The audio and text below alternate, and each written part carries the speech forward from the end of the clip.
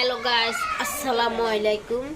আমি এখন করব আপনাদের বাচ্চারা যদি এই বাজারের পিৎজা খাইতে যদি বায়না করে, তখন আপনি ঘরে কি করবে, কি করে উপকরণ দিয়া পিৎজা বানানো লাগবে। এই যে আমি প্রথমে আটায় 1 কাপ নিলাম, তারপরে চাইলে 1 কাপ লবণ দিলাম, দিয়া এরপর আমি পানি দিলাম। দেখেন, পানি দিয়ে ভালো করে মিশ্রণ করে নেবেন। যদি আপনার মিশ্রণটা একটু গাঢ় হয়, তখন একটু পাতলা করে নেবেন। এই যে দেখেন,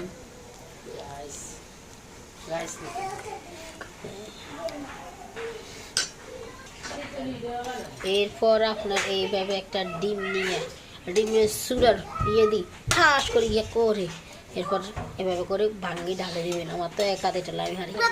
এই যে ডিম দিয়ে ভালো করে গুঁড়া আলু ভর্তা বানানো লাগবে। এরপর এটার ভিতর থেকে সামান্য একটু দিবেন, সামান্য আর একটু দিবেন, আর দিবেন না। এটা আবার আমরা পিৎজা রসে দিবেন, কাঁচা লাগবে একটু দূরে, তাই আমি এনে রাখে দিলাম। এরপর আমি এটা দিয়ে এটাতে গুইন্ডা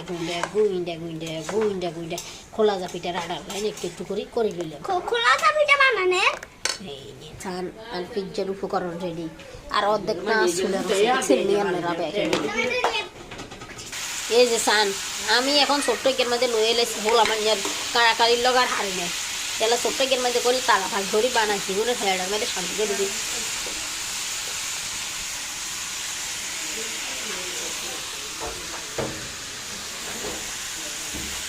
তেল কড়াইয়ের দিকে নজর দিবেন না, আপনারা সবাই শুধু রান্নার দিকে নজর দিবেন। এটার মধ্যে রান্না করব, এটার উপরে একটু গরম হোক, গরম হওয়ার পর আমি আটাটা দেব।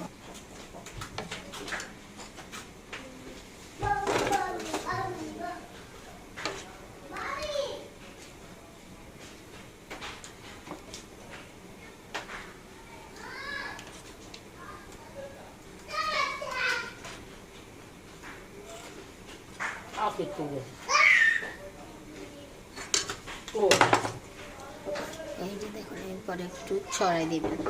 ছড়াই দেওয়ার পরে সামান্য এটার উপরে একটু গোড়া দিয়ে দিবেন, যেন এটা একটু তাড়াতাড়ি গরম গরম একটু হয়ে যায়।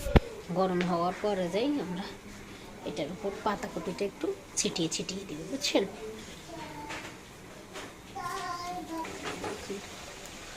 এখন আমি পাতাকপি, যে বাচ্চারা সবজি খায় না তারাও খাইতে বাধ্য হবে, এটা আমার গ্যারান্টি।